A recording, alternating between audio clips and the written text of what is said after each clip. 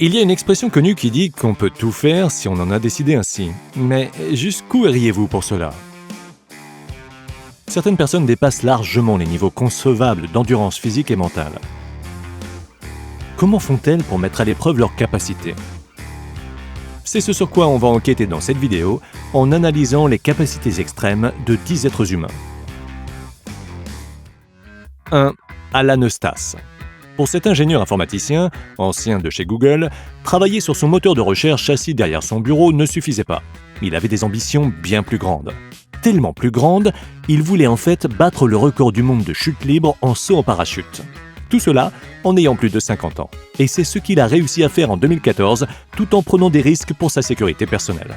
En s'entraînant pour son saut, il faillit ne pas réussir à ouvrir son parachute et atterrit presque dans un cactus dans sa chute. Mais Eustace était déterminé et il voulait prouver à l'espèce humaine qu'il pouvait survivre à haute altitude. Une combinaison similaire à celle de la NASA lui permit de garder son corps à la bonne pression et il utilisa également un appareil de stabilisation pour mieux contrôler sa position. Un ballon gonflé à l'hélium l'a emporté au sommet de l'atmosphère de la planète où il fut lâché pour tomber en chute libre. Sa tentative d'établir un record impliquait le fait de partir d'un point situé à 41 419 mètres d'altitude, là où il pouvait voir la courbe de la Terre. Son grand saut fut un grand succès, avec une chute libre de plus de 4 minutes, Eustace ayant dépassé la vitesse du son de 1224 km/h. Il ne lui resta plus qu'à prendre sa retraite avec un record du monde à son actif. 2. Herbert Nitsch. Ce champion d'apnée autrichien a vécu une vie assez extrême, que ce soit dans ou en dehors de l'eau. Herbert Nitsch s'est entraîné pour atteindre la perfection et il peut retenir sa respiration pendant une impressionnante durée de 9 minutes. Il a également battu plus de 30 records du monde, plongeant plus profondément que l'être humain ne l'avait jamais fait jusqu'alors. Par exemple, en 2007, il a réussi à aller à 214 mètres de profondeur. Mais en 2012, lorsqu'il a voulu aller plus loin encore et qu'il a atteint les 253 mètres, sa santé a été gravement impactée. Pour réaliser cet exploit, il a dû être attaché à une bouée spécialement conçue. Il l'a fabriquée lui-même en utilisant de la fibre de carbone lui permettant d'aller plus vite et qui fonctionnait sans électricité au cas où il y aurait un problème dans l'alimentation. À cause de la difficulté qu'un être humain éprouve à respirer dans un environnement fortement pressurisé, un plongeur peut parfois s'évanouir. Avoir la possibilité de faire s'arrêter la bouée pour effectuer une décompression est donc essentiel. Néanmoins, Herbert Kirsch s'évanouit, ce qui le mit dans l'impossibilité de le faire et força son équipe à l'extirper de l'eau. Il resta 7 jours dans le coma suite à un malaise de décompression et faillit passer le reste de sa vie dans un fauteuil roulant. Mais étant l'être humain exceptionnel qu'il est, Nitsch a réussi à s'en remettre par ses propres moyens. Cependant, ce fut sa dernière tentative de plonger en profondeur extrême, et on le comprend bien. 3. Usain Bolt. Pour notre prochain super-humain, vous n'aurez pas besoin de présentation, Usain Bolt est connu comme l'homme le plus rapide qui ait jamais vécu. Il est connu pour avoir été couronné 3 fois aux Jeux Olympiques, 3 fois en suivant, en gagnant à la fois le 100 mètres, le 200 mètres et le relais 4 x 100 mètres. Il a mis aux oubliettes de nombreux records mondiaux et est maintenant connu sous le nom de l'homme fusée. C'est seulement quand l'un des membres de son équipe a été confondu dans un test antidrogue qu'il a été arrêté, puisque cela a mené à l'annulation de sa médaille de 2008. Mais en ce qui concerne Bolt, il a réussi à construire sa réputation tout en étant parfaitement clean. Ce qui est assez étonnant avec Bolt, c'est que son temps de réaction est généralement plus lent que ses concurrents quand il commence une course, mais que cela ne l'empêche pas de gagner. Il a gagné 6 médailles d'or et une place dans notre histoire comme l'un des 124 hommes à pouvoir courir 100 mètres en moins de 10 secondes. Bolt court à une vitesse supersonique et il impressionnait encore les foules lorsqu'il a pris sa retraite en 2017. 4. Pablo Signoret. Imaginez-vous en train de marcher sur une corde tendue entre 2 montagnes. Et maintenant, imaginez-vous que vous feriez cela les yeux bandés. C'est le défi de l'extrême que le slackliner Pablo Signoret s'est lancé en 2018.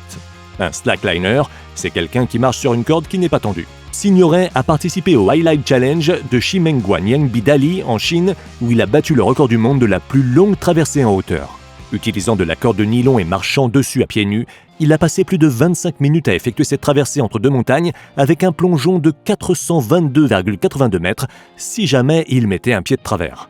Cela fait plusieurs années que Signoret pratique ce sport et il dit que s'il aime le pratiquer, c'est parce que cela l'aide à contrôler sa colère. Et c'est au final assez facile de comprendre pourquoi savoir se concentrer sur ses pas pour éviter de tomber pourrait nous aider à garder le contrôle de nos humeurs. 5. Lasso Shaler. L'athlète brésilien Lasso Shaler ne grimpe pas seulement sur des falaises et il n'explore pas seulement des canyons. Il a pris l'habitude d'en sauter. Chalère détient le record de plongeon extrême après avoir plongé d'une hauteur de 58,8 mètres dans l'eau en 2015, sautant selon un angle prédéfini. Son saut a été effectué à partir de la Cascata del Salto, une cascade dans la région de Ticino en Suisse, sur une falaise particulièrement escarpée. En tombant, il a atteint une vitesse de 122 km/h pour tomber dans une eau d'une profondeur de seulement 8 mètres. Chalère avait construit sa propre plateforme en bois pour effectuer son saut afin de pouvoir tomber selon un angle de chute précis. De nombreux calculs ont été nécessaires pour qu'il puisse battre ce record. La moindre erreur aurait pu lui en coûter la vie. Les mesures de ce plongeur courageux devaient donc être extrêmement précises. 6. Veliko Rogozich. Un robuste ouvrier de chantier naval fait un nageur hors pair, comme le Croate Veliko Rogozich le prouve depuis des décennies. Il a travaillé sur des bateaux, mais est devenu connu dans le monde en se mettant lui-même à l'eau grâce à ses exploits extraordinaires dans le domaine de la natation. Participant à des compétitions au niveau international sous les drapeaux de l'ex-Yougoslavie, il a fait ses preuves en gagnant des compétitions et en démontrant des capacités d'extrême endurance. Parmi ses réussites, on trouve sa participation à 2 Jeux olympiques en tant que capitaine d'équipe nationale et de nombreuses victoires dans des compétitions nationales. Il détient le nombre impressionnant de 51 records nationaux dans diverses catégories de natation. Rogozich a également battu un record du monde, celui de la plus longue distance parcourue sans palme, avec une distance de 225 000 mètres en 50 heures. Il a nagé dans la mer Adriatique, au large de diverses régions de l'Italie, et ce qui est encore plus impressionnant, c'est qu'il a battu ce record alors qu'il avait plus de 60 ans. Rogozich a également traversé la Manche en un peu plus de 11 heures 2 ans auparavant. Il est entré au Hall of Fame International de la natation en tant que membre d'honneur et a été membre du Half Century Club. Aujourd'hui, il est décédé et heureusement, cela n'est pas dû à l'un de ses exploits de nageur. 7. Yanis Kouros. Yanis Kouros est considéré comme l'un des plus grands coureurs d'ultramarathon du monde, si ce n'est le plus grand. Il a poussé son corps et son esprit vers des extrêmes qu'on pensait jusqu'alors inimaginables, courant à travers des territoires extrêmes, tels que des montagnes, se battant des heures et même des jours durant pour atteindre ses objectifs. Il a commencé à courir pour échapper à la pauvreté et aux problèmes qu'il rencontrait dans sa famille en Grèce. Les marathons l'intéressaient, mais il entendit bientôt parler du premier Spartathlon en 1983, un test particulièrement éprouvant pour chacun des participants, avec un parcours de 251 km, soit une distance supérieure au marathon. Même si c'était la première fois qu'il participait à une telle course, il finit en moins de 22 heures. Et ce qui rendit sa victoire encore plus belle, c'est qu'il finit 3 heures avant son prochain concurrent. Sa victoire fut tellement surprenante que certains l'accusèrent d'avoir triché. Mais il réduit ceux qui l'avaient critiqué au silence en gagnant le Spartathlon 4 fois. Il battit aussi le record de distance de course le plus ancien du monde, établi à New York en 1888, un siècle plus tard. Il le fit passer de 1003 à 1022 km. On dit qu'il ne dormait que 2h30 par nuit et qu'il mit à l'épreuve ses limites de façon assez destructrice. Kouros avait peur pour sa santé, mais il était déterminé à aller plus loin. C'est ce qu'on appelle des capacités extrêmes. 8. Eddie Hall. Ce n'est pas parce que vous pouvez repousser vos limites que vous devriez le faire, et c'est ce que le cas de l'homme fort anglais Eddie Hall nous montre. Il voulait battre le record du monde en soulevé de terre. Un soulevé de terre, c'est quand des haltères ou une barre est soulevée jusqu'au niveau de la taille. C'est une figure impressionnante, mais qui peut avoir des conséquences dévastatrices. Hall aurait pu devenir l'homme le plus fort du monde, mais il s'est presque tué lorsqu'il a participé aux championnats mondiaux de soulevé de terre en 2016. Le poids qu'il devait soulever devait dépasser les 465 kg, un exploit qu'il avait en fait réussi à réaliser avant la compétition. Quand il souleva 500 kg, soit la moitié d'une tonne, il réussit, mais il s'évanouit également. On lui dit plus tard que des vaisseaux sanguins avaient explosé dans son cerveau. Le niveau colossal de pression qu'il avait dû supporter avait eu raison de lui. Même un homme fort de classe internationale aurait du mal à tromper la mort, mais heureusement, Eddie Hall survécut. Il réussit même à réaliser son rêve en devenant l'homme le plus fort du monde l'année suivante. 9. Alex Honnold. Peu d'activités sportives sont aussi angoissantes que l'escalade en solo intégral. Cette discipline implique de grimper le long de falaises et de montagnes sans aucun équipement. L'Américain Alex Honnold est un des grimpeurs en solo intégral les plus reconnus. En 2017, il a fait les gros titres lorsqu'il a tenté l'ascension d'El Capitan, la formation rocheuse granitique de 914 mètres du parc national du Yosemite. Il a réalisé cela avec pour seul équipement un t-shirt et un pantalon en nylon. Les seuls dispositifs qu'il a mis en place pour s'aider, c'est de l'adhésif sous ses chaussures et de la craie pour empêcher ses paumes de glisser. Onold a passé plus d'1 an à se préparer pour cette ascension qui lui a finalement pris moins de 4 heures. Mais il n'était pas seul lors de cet exploit, une équipe de tournage renommée documentait ses moindres mouvements. C'est tout de même une prouesse assez remarquable en termes d'endurance.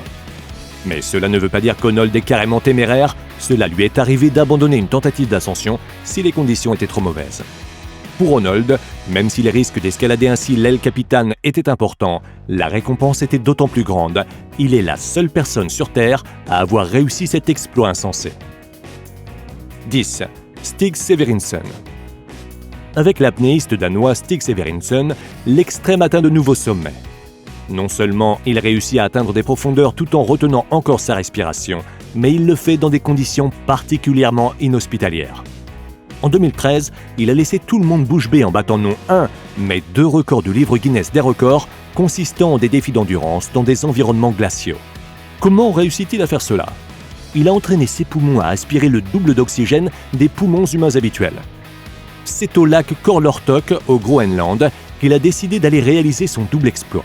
Il a d'abord plongé à 152 mètres pour battre le record du plongeon le plus profond sans équipement, avec seulement une combinaison et des palmes pour l'aider.